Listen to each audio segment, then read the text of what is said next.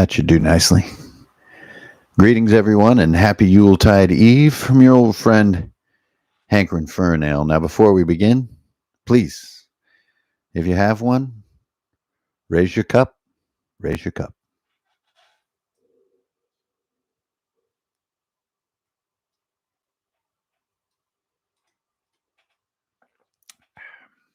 Delicious.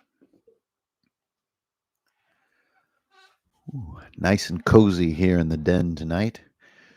Thanks for everyone for stopping by and spending a little bit of time with me. Now, before we begin our traditional reading here around the cozy fire, there we go. That's just fine. I suppose the season bears a moment of contemplation. It's been almost 9 years now that we've been on this journey together. An entire season of my life really has been lived right here with you all. And not every Yuletide holiday have I managed to find myself broadcasting out into the universe, reading some of my favorite old stories. But it has become a bit of a tradition. And the mood felt right this year for sure. Now, 2023 has been a year of great change, both personal and global. Not all of them for the best. I suppose about this time of year, no matter how you celebrate the end of one year or the coming of the next, maybe you celebrate that Oumuamua is almost 6 billion kilometers away from Earth by now, somewhere out in the Kuiper Belt, just past Neptune. Maybe you celebrate some distant notion of a bearded fellow walking through the snow, ensuring that we find cheer in the darkest days of the year and not hopelessness. Maybe you celebrate neither. Maybe you celebrate your own survival for another year. Maybe you follow a religious tradition. Maybe gods and spirits, or even your hopes of some other world seem closest this time of year. But whatever the reason, it's undeniable that winter has a magic to it. And I think this is one of the oldest feelings we have as people, that the cold and the feeling of one chapter closing and another opening gives us a contemplative tone where we want to sit back from all that we do and all that we toil and work for and all our ambitions, and we sort of just want to look to our left and right and enjoy for a moment. And that's what we're doing tonight. I also, real quick, want to thank everybody. I couldn't have done any of this stuff without all of you. I know that the 70 or so of you right here don't comprise the amazingly thousands of people around the world who have not only supported my wild journey that I've been on, but also have personally reached out to me one by one, week after week, not about our hobbies or our interests or products or industry or any of these things, but about their own personal stories. And that stuff is beyond anything that I could have hoped for with this endeavor. And so really, really grateful for all that. I also, like all of you out there, know that the world is bigger and bigger every year, that our ever growing and aging civilization has its growing pains, it has its bright spots, and it has its very dark shadows. And wherever you find yourself in that spectrum, going into 2024, I hope you can find a ray of light somehow. And usually that takes the form of kindness between people. So if there's one thing that unites all of us in this sort of magic time when one year ends and another begins, I think it's a call to that kindness, to treat each other with honesty, understanding, and kindness, and set down our not necessarily set down our differences because they make us kind of awesome, but there's no need to fight about them. So, good wishes to everybody out there. Now, why are we here tonight? Well, I suppose being a sort of a mischievous soul, it's always been one of my favorite things to indulge in the darkest of ideas and stories on the brightest of holidays, right? The idea of the Yule tide is this goodwill towards all, and good feelings and gratefulness, gratitude, and feasting and hugs, and reaching out to somebody you haven't talked to in a long time. But there's some little mischievous part of me who always thought that there was a magical connection between sort of, I guess, what some would call horror and the cheer of the Christmas season. And maybe it dates back to watching Gremlins back in the 80s, or maybe it's because we got a Betamax videotape player for Christmas when I couldn't have been more than 9 years old. And uh, some of the first tapes that we ever got were horror films, Conan the Barbarian, Highlander, stuff like this. And we would watch those at Christmas, not because those movies have anything to do with Christmas, but because they just had an association with it. And over time, I guess it just grew on its own. And so what we do here at Runehammer is we read from the darkest of books on the brightest of nights. And that is, of course, the Necronomicon. Now, in the past, I've made some pretty hefty selections from this great collection of stories. And I've learned with time that sometimes there's even more depth in a smaller story. There's more time to work with each word.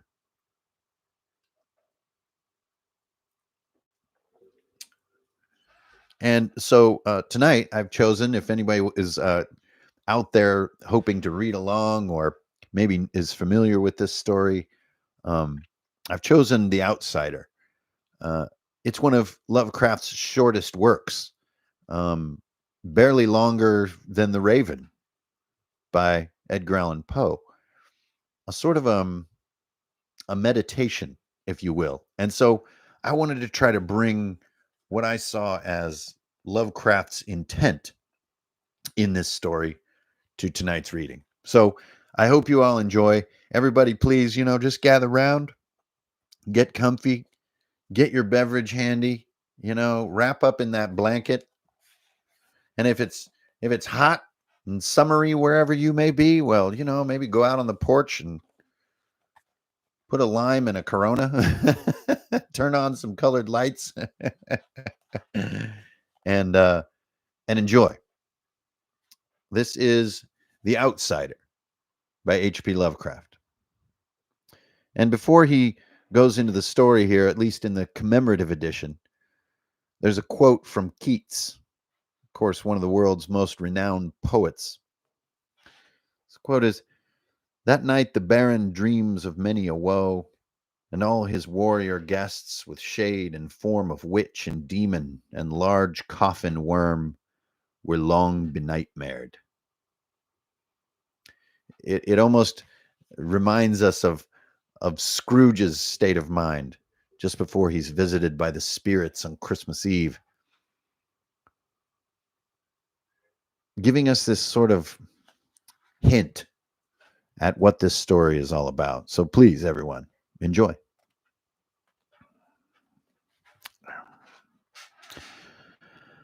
Unhappy is he to whom the memories of childhood bring only fear and sadness. Wretched is he who looks back upon lone hours in vast and dismal chambers, with brown hangings and maddening rows of antique books, or upon odd watches in twilight groves of grotesque, gigantic, and vine-encumbered trees that silently wave twisted branches far aloft. Such a lot the gods gave to me, the dazed, the disappointed, the barren, the broken. And yet I am strangely content and cling desperately to those sear memories when my mind momentarily threatens to reach beyond to the other. I know not where I was born, save that the castle was infinitely old and infinitely horrible, full of dark passages and having high ceilings where the eye could find only cobwebs and shadows. The stones in the crumbling corridors seemed always hideously damp, and there was an accursed smell everywhere, as of the piled up corpses of dead generations. It was never light, and nor was there any sun outdoors, since the terrible trees grew high enough above even the topmost accessible tower. Now there was one black tower which reached above the trees into the unknown outer sky, but it was partially ruined and could not be ascended, save by the well-nigh impossible climb of the sheer wall, stone by stone. I must have lived years in this place, but I cannot measure the time. Beings must have cared for my needs, but I cannot recall any person except myself, or anything alive but the noiseless rats, bats, and spiders. I think that whoever nursed me must have been shockingly aged, since my first conception of a living person was that of someone mockingly like myself, yet distorted, shriveled, decaying like the castle. To me, there was nothing more grotesque in the bones and skeletons that strewed some of the stone crypts deep down among the foundations. I fantastically associated these things with everyday events and thought them more natural than the colored pictures of living beings which I found in the many moldy books. From such books, I learned all that I know. No teacher urged or guided me, and I do not recall hearing any human voice in all those years, not even my own. For although I had read of speech, I had never thought to try to speak aloud. My aspect was a matter equally unthought of, for there were no mirrors in the castle, and I merely regarded myself by instinct, as akin to the youngful figures I saw drawn and painted in the books. I felt conscious of youth because I remembered so little. Outside, across the putrid moat, and under the dark, mute trees, I would often lie and dream for hours about what I had read in those books, and would longingly picture myself amidst gay crowds in the sunny world beyond the endless forests. Once I tried to escape the forest, but as I went farther from the castle, the shade grew denser and the air more filled with brooding fear, so that when I ran frantically back, lest I lose my way in a labyrinth of nighted silence. And so, through endless twilights, I dreamed and waited, and though I knew not what I waited for, and then in the shadowy solitude, my longing for light grew so frantic I could rest no more. And I lifted entreating hands to the single black ruined tower that reached above the forest into the unknown outer sky. And at last I resolved to scale that tower, fall though I might, since it were better to glimpse the sky and perish than to live without ever beholding day. In the dank twilight, I climbed the warm and aged stone stairs until I reached the level where they ceased. and thereafter clung perilously to small footholds. Black, ruined, and deserted, sinister and startled were the bats whose wings made no noise. But more ghastly and terrible still was the slowness of my progress. For climb as I might, the darkness overhead grew no thinner, and a new chill, as of haunted and venerable mold, assailed me. I shivered as I wondered why I did not reach the light, and would have looked down had I dared. I fancied that night had become suddenly upon me, and vainly groped with one free hand for a window embrasure, that I might peer out and above and try to judge the height I had attained. All at once, after an infinity of awesome, sightless crawling up that concave and desperate precipice, I felt my head touch a solid thing, and I knew I must have gained the roof, or at least some kind of floor. In the darkness, I raised my free hand and tested the barrier, finding it stone and immovable. And then came a deadly circuit of the tower, clinging to whatever holds the slimy wall could give, till finally my testing hand found the barrier yielding, and I turned upward again, pushing the slab or door with my head. As I used both hands in my fearful ascent, there was no light revealed above, and as my hands went higher, I knew that my climb was for the nonce ended, since the slab was the trapdoor of an aperture leading to a level of stone surface of even greater circumference than the lower tower. No doubt the floor of some lofty and capacious observation chamber. I crawled through carefully and tried to prevent the heavy slab from falling back into place. But I failed in the latter attempt, and as I lay exhausted on the stone floor, I heard the eerie echoes of its fall, but hoped when necessary to pry it up once again. Believing I was now at some prodigious height, far above the accursed branches of the wood, I dragged myself up from the floor and fumbled about for windows, that I might look for the first time upon the sky and the moon and the stars of which I had read. But on every hand I was disappointed, since all that I found there were shelves of marble bearing odious oblong boxes of disturbing size. More and more I reflected, and wondered what hoary secrets might abide in this high apartment, so many eons cut off from the castle below. And then unexpectedly my hands came upon a doorway, where hung another portal of stone, rough with strange chiseling. Trying it, I found it locked, but with a supreme burst of strength, I overcame all obstacles and dragged it open inward. As I did, there came the purest ecstasy I have ever known. For shining tranquilly through an ornate grating of iron and down a short stone passageway of steps that extended from the newly found doorway was the radiant full moon, which I had never before seen save in dreams and in vague visions I dare not call memories.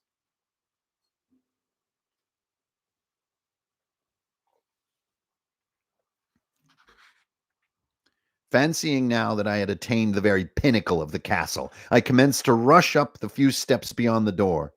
But the sudden veiling of the moon by a cloud caused me to stumble, and I felt my way more slowly in the dark. It was still very dark when I reached the grating, which I tried carefully and found unlocked, but which I did not open for fear of it falling from the amazing height which I had climbed. And then the moon came out.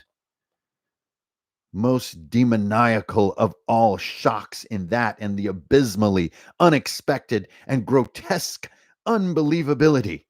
Nothing I had before undergone could compare to the terror with which I now saw, with the bizarre marvels that sight implied. The sight itself was as simple as it was stupefying, for it was merely this: instead of a dizzying prospect of treetops seen from some lofty eminence, there stretched around me on level through the grating nothing less than solid ground.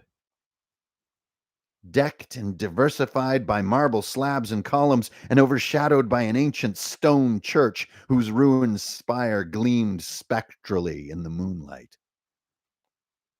Half unconscious, I opened the grating and staggered out upon the white gravel path that stretched away in two directions. My mind, stunned and chaotic as it was, still held the frantic craving for light, and not even the fantastic wonder which had happened could stay my course. I neither knew nor cared whether my experience was insanity, or dreaming, or magic, but I was determined to gaze on brilliance and gaiety at any cost. I knew not where I was, or what I was, or what my surroundings might be, though as I continued to stumble alone, I became conscious of a kind of fearsome, latent memory that made my progress not wholly fortuitous. I passed under an arch out of that region of slabs and columns and wandered through the open country, sometimes following the visible road, but sometimes leaving it curiously to tread across meadows where only occasional ruins bespoke the ancient preence of a forgotten road. Once I swam across a swift river where crumbling mossy masonry told of a bridge long vanished. Over 2 hours must have passed before I reached what seemed to be my goal, a venerable ivied castle in a thickly wooded park, maddeningly familiar, yet full of perplexing strangeness to me. I saw that the moat was filled in, and some of the well-known towers were demolished, whilst new wings existed to confuse the beholder. But what I observed with chief interest and delight were the open windows, gorgeously ablaze with light and sending forth sound of the gayest revelry. Advancing to one of these, I looked in and saw an oddly dressed company, indeed, making merry, speaking brightly to one another. I had never seemingly heard human speech before, and could guess only vaguely what was said. Some of the faces seemed to hold expressions that brought up incredibly remote recollections, but others utterly alien. I now stepped through the low window into the brilliantly lighted room, and stepping as I did so from my single bright moment of hope to my blackest convulsions of despair and realization, the nightmare was quick to come. For as I entered, there occurred immediately one of the most terrifying demonstrations I could have conceived. Scarcely had I crossed the sill when there descended upon the whole company a sudden and unheralded fear of hideous intensity, distorting every face and evoking the most horrible screams from nearly every throat. Flight was universal, and in the clamor and the panic, several fell in their swoon and were dragged away by their madly fleeing companions. Many covered their eyes with their hands and plunged blindly or awkwardly into their race to escape, overturning furniture and stumbling against the walls before they managed to reach one of the many doors.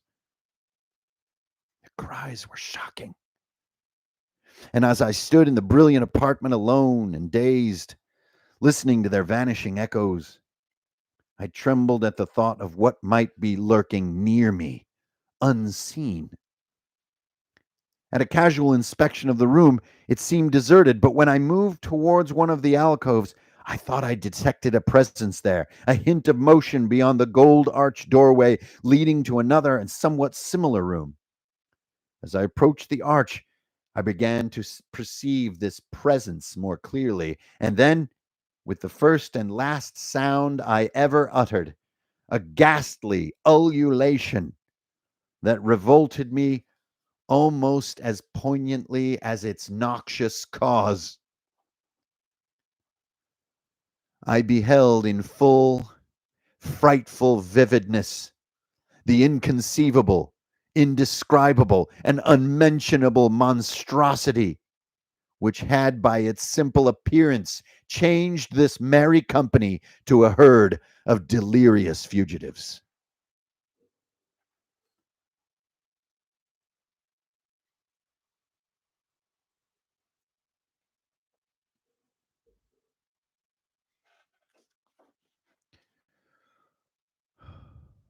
I cannot even hint what it was like, for it was a compound of all that is unclean, uncanny, unwelcome, abnormal, and detestable. It was the ghoulish shade of decay, of antiquity, of dissolution, the putrid dripping eidolon of unwholesome revelation, the awful barring of that which the merciful earth should always hide. God knows it was not of this world, or no longer of this world. Yet to my horror, I saw in its eaten away and bone revealing outlines a leering, abhorrent travesty on the human shape, and in its moldy, disintegrating apparel, an unspeakable quality that chilled me even more. I was almost paralyzed, but not too much so to make a feeble effort towards flight, a backward stumble which failed to break the spell in which the nameless, voiceless monster held me, my eyes bewitched by the glossy orbs which stared loathsomely into them, refused to close. They were mercifully blurred and showed the terrible object but indistinctly after the first shock. I tried to raise my hand to shut out the sight, yet so stunned were my nerves that my arm could not fully obey my will. The attempt, however, was enough to disturb my balance, so that I had to stagger forward several steps to avoid falling. And as I did so, I became suddenly and agonizingly aware of the nearness of this carrion thing, whose hideous, hollow breathing I half fancied.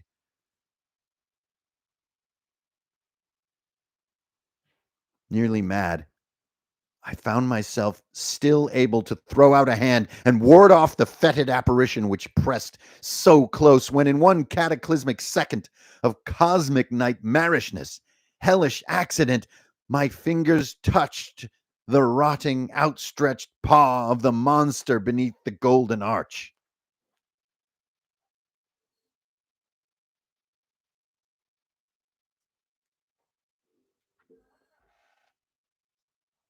I did not shriek, but all the fiendish ghouls that ride the night wind shrieked for me, as in that same second there crashed down upon my mind a single and fleeting avalanche of soul annihilating memory. I knew in that second all that had been. I remembered beyond the frightful castle and the trees, and recognized the altered edifice in which I now stood. I recognized, most terrible of all, the unholy abomination that stood leering before me as I withdrew my sullied fingers from its own. But in the cosmos, there is balm as well as bitterness. And that balm is nepenthe. In the supreme horror of that second, I forgot what had horrified me, and the burst of black memory vanished in a chaos of echoing images. In a dream, I fled from that haunted and accursed pile and ran swiftly and silently into the moonlight. When I returned to the churchyard place of marble and went down to the steps and found the stone trap door immovable, but I was not sorry, for I had hated the antique castle in the trees, and now I ride with the mocking and friendly ghouls on the night wind, and play by day amongst the catacombs of Nephrin Ka in the sealed and unknown valley of Hadoth by the Nile. I know that light is not for me, save that of the moon over the rock tombs of Neb, nor any gaiety save the unnamed feasts of Nyctocris beneath the great pyramid. And yet, in my new wildness and freedom, I almost welcome the bitterness of alienage. For although Nepenthe has calmed me, I know always that I am an outsider, a stranger in this country, among those who still call themselves men. This I have known ever since I stretched out my fingers to the abomination with that great gilded frame, stretched out my fingers and touched a cold and unyielding surface of polished glass.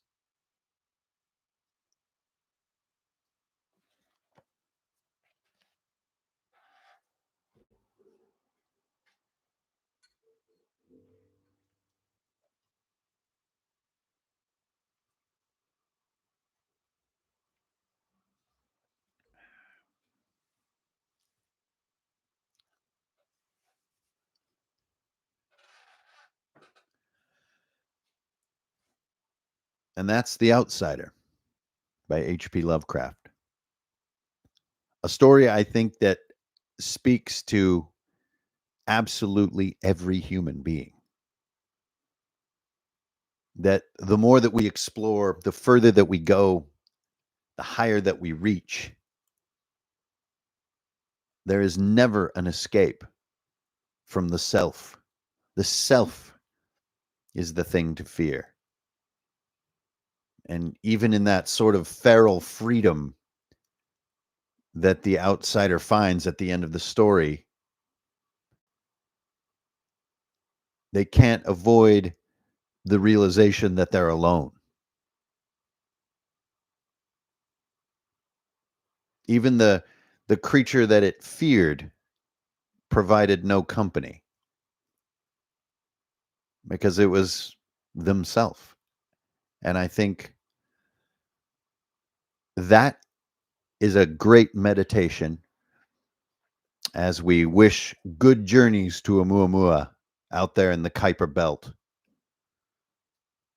far beyond Neptune, heading to the Pegasus constellation for reasons unknown.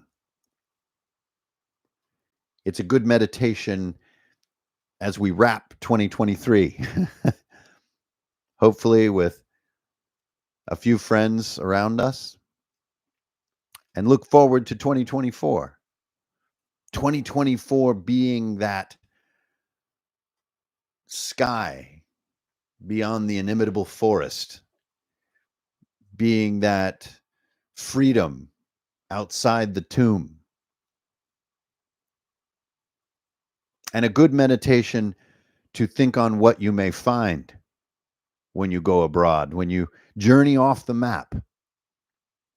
You may find what seems the most frightening monster of all. But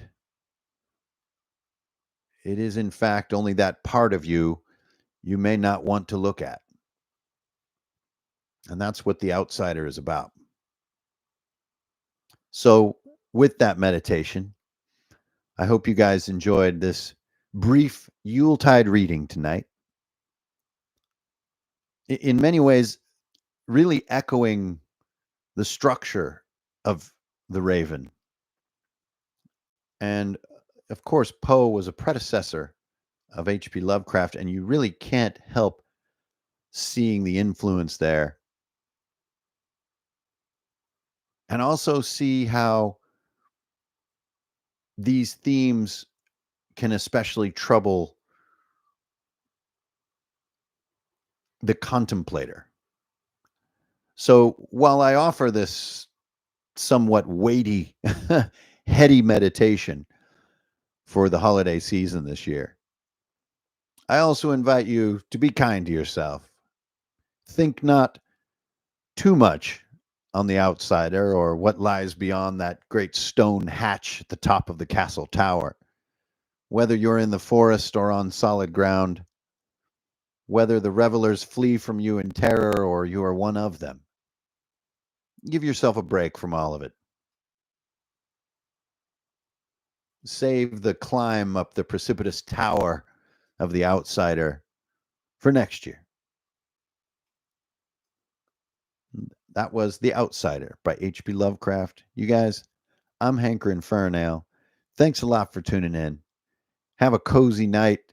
And remember, all we got to do is one nice thing for one person. Maybe tomorrow, maybe the next day.